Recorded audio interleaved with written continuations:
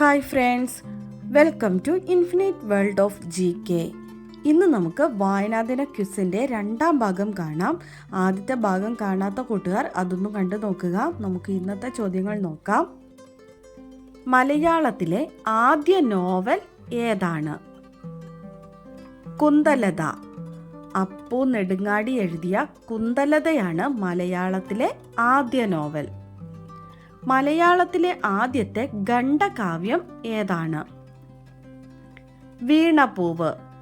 കുമാരനാശാൻ എഴുതിയ വീണപൂവാണ് മലയാളത്തിലെ ആദ്യത്തെ ഖണ്ഡകാവ്യം. കേരളത്തിലെ ഏറ്റവും പ്രശസ്തനായ മാപ്പിളപ്പാട്ട് കവി ആരാണ്? മോയിൻകുട്ടി വൈദ്യർ. മോയിൻകുട്ടി വൈദ്യരാണ് കേരളത്തിലെ ഏറ്റവും പ്രശസ്തനായ മാപ്പിളപ്പാട്ട് കവി. കഥകളിയുടെ സാഹിത്യരൂപം ഏതാണ്? ആട്ടക്കഥ. കഥകളിയുടെ സാഹിത്യരൂപമാണ് ആട്ടക്കഥ. ആട്ടക്കഥ പ്രസ്ഥാനത്തിന്റെ ഉപജ്ഞാതാവ് ആരാണ്? കൊട്ടാരക്കര തമ്പുരാൻ. കൊട്ടാരക്കര തമ്പുരാനാണ് ആട്ടക്കഥ പ്രസ്ഥാനത്തിന്റെ ഉപജ്ഞാതാവ്. കുട നന്നാക്കുന്ന ചോയി എന്ന കഥാപാത്രത്തെ സൃഷ്ടിച്ചത് ആരാണ്? എം മുകുന്ദൻ. എം മുകുന്ദന്റെ ഒരു നോവലാണ് കുട നന്നാക്കുന്ന ചോയി. കണ്ടാണശ്ശേരിയുടെ കഥാകാരൻ എന്നറിയപ്പെടുന്നത് ആരാണ്? കോവിലൻ.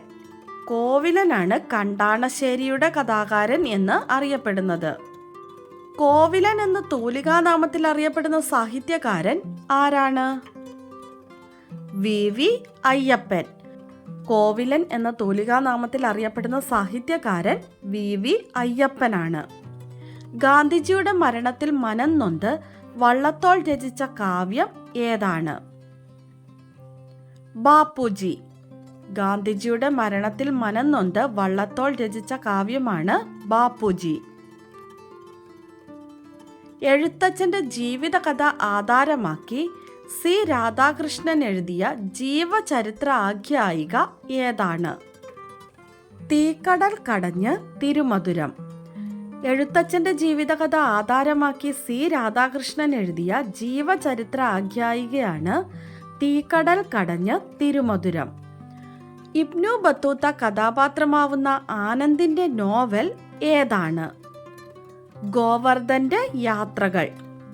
ഇബ്നു ബത്തൂത്ത കഥാപാത്രമാവുന്ന ആനന്ദിന്റെ നോവലാണ് ഗോവർദ്ധന്റെ യാത്രകൾ.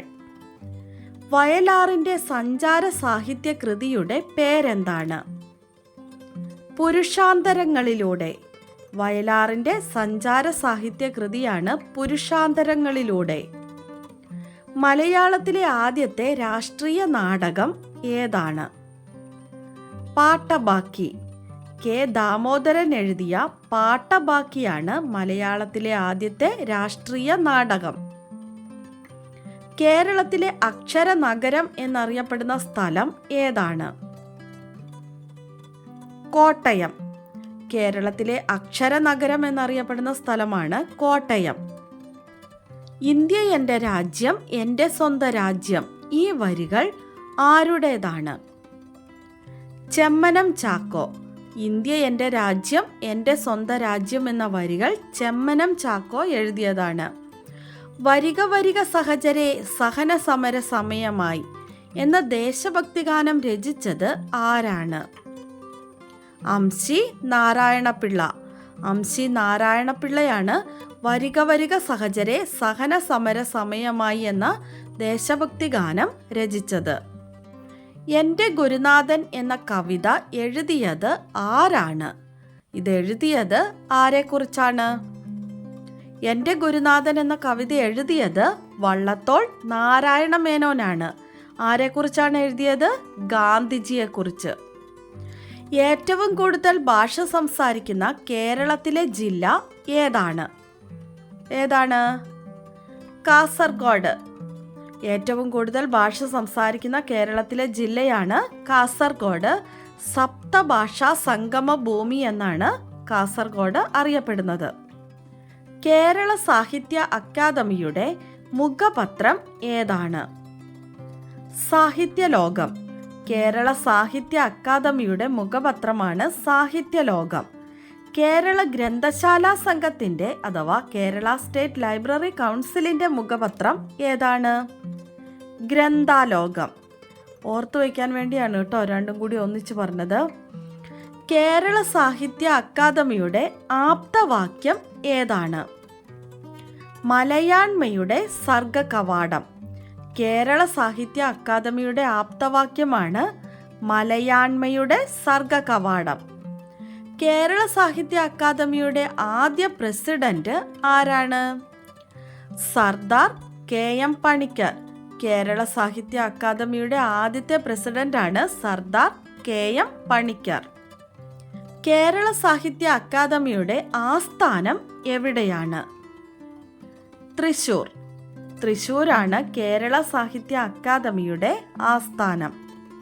1956 ഒക്ടോബർ 15 തിരുക്കൊച്ചി സർക്കാർ തിരുവനന്തപുരത്ത് കനകക്കുന്ന് കൊട്ടാരത്തിൽ രൂപവൽക്കരിച്ച കേരള സാഹിത്യ അക്കാദമി 1958 തൃശ്ശൂരിലേക്ക് മാറ്റി. മഹാരാജാവായിരുന്ന ശ്രീ ചിത്തിര തിരുനാൾ ബാലരാമവർമ്മയാണ് 1956 ഒക്ടോബർ 15 അക്കാദമി ഉദ്ഘാടനം ചെയ്തത്. കേരള സാഹിത്യ അക്കാദമി നിലവിൽ വന്ന വർഷം ചോദിച്ചിട്ടുണ്ടെങ്കിൽ 1956 ഒക്ടോബർ 15. മലയാളത്തിലെ ആദ്യത്തെ ചെറുകഥ ഏതാണ്? വാസനാവികൃതി. മലയാളത്തിലെ ആദ്യത്തെ ചെറുകഥയാണ് വാസനാവികൃതി. എഴുതിയത് വേങ്ങയിൽ കുഞ്ഞിരാമൻ നായനാർ. തൃക്കോട്ടൂർ കഥകളുടെ രചയിതാവ് ആരാണ്? UA ഖാദർ. തൃക്കോട്ടൂർ കഥകളുടെ രചയിതാവാണ് UA ഖാദർ. അമ്മ എന്ന റഷ്യൻ നോവൽ രചിച്ചത് ആരാണ്? Maxim Gorky. മാക്സിം ഗോർക്കി രചിച്ച റഷ്യൻ നോവലാണ് അമ്മ. നമ്മുടെ കഴിഞ്ഞ ദിവസത്തെ ബോണസ് ക്വസ്റ്റ്യൻ എഴുത്തച്ഛൻ പുരസ്കാരം നേടിയ ആദ്യ വനിത ആരാണ് എന്നതായിരുന്നു. ആൻസർ ബാലാമണി അമ്മ. എഴുത്തച്ഛൻ പുരസ്കാരം നേടിയ ആദ്യ വനിത ബാലാമണി അമ്മയാണ്. രണ്ടാമത്തെ വനിത കമല സുരയ്യ. എഴുത്തച്ഛൻ പുരസ്കാരം നേടിയ രണ്ടാമത്തെ വനിത കമല സുരയ്യയാണ്. ആൻസർ കറക്റ്റായി ആദ്യം തന്നെ പറഞ്ഞിരിക്കുന്നത് ബുഷറ P, വിദ്യ KK, ആഗ്നസ്, മാളവിക, ദേവു, ദുർഗാലക്ഷ്മി സജിത്ത് എന്നിവരാണ്. ആൻസർ പറഞ്ഞ എല്ലാ കൂട്ടുകാർക്കും ഒത്തിരി അഭിനന്ദനങ്ങൾ. തുടർന്നും വീഡിയോ കണ്ട് സപ്പോർട്ട് ചെയ്യണമെന്ന് ഓർമ്മിപ്പിക്കുന്നു. നമുക്ക് ഇന്നത്തെ ബോണസ് ക്വസ്റ്റ്യൻ നോക്കാം. ആത്മകഥയ്ക്ക് ഒരാമുഖം. ഇത് ആരുടെ ആത്മകഥയാണ്? ആത്മകഥയ്ക്ക് ഒരാമുഖം എന്നത് ആരുടെ ആത്മകഥയാണ്? ആൻസർ അറിയാവുന്നവർ വേഗം തന്നെ കമൻറ്റ് ചെയ്തോളൂ. ഇന്നത്തെ വീഡിയോ നിങ്ങൾക്ക് എല്ലാവർക്കും ഇഷ്ടമായി കാണുമെന്ന് വിചാരിക്കുന്നു. ഇഷ്ടമായ ലൈക്ക് ചെയ്യാനും നിങ്ങളുടെ കൂട്ടുകാർക്കൊക്കെ ഒന്ന് ഷെയർ ചെയ്ത് കൊടുക്കാനും സബ്സ്ക്രൈബ് ചെയ്യാതെ കാണുന്ന കൂട്ടുകാരുണ്ടെങ്കിൽ ഒന്ന് സബ്സ്ക്രൈബ് ചെയ്യാനും മറക്കല്ലേ. പുതിയൊരു വീഡിയോയുമായി അടുത്ത ദിവസം നമുക്ക് വീണ്ടും കാണാം. Thanks for watching.